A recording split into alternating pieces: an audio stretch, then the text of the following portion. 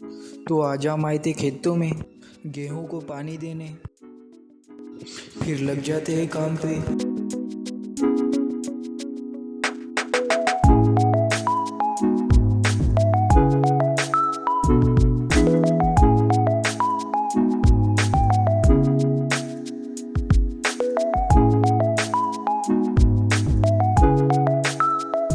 इसे बोलते हैं हमारे यहाँ तूड़ी, तुम्हारे यहाँ क्या बोलते हैं कमेंट में जल्दी से बताओ।